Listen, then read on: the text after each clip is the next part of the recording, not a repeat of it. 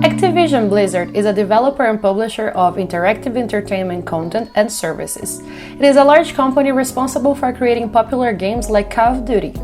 Recently, Microsoft confirmed it agreed to acquire Activision Blizzard for $68.7 billion. This is Microsoft's largest ever deal and the biggest all-cash acquisition in history.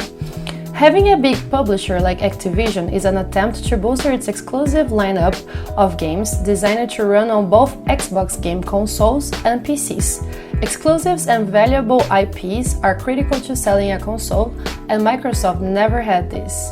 Want to know more about technology? Access our website link in the description and schedule a free meeting with us.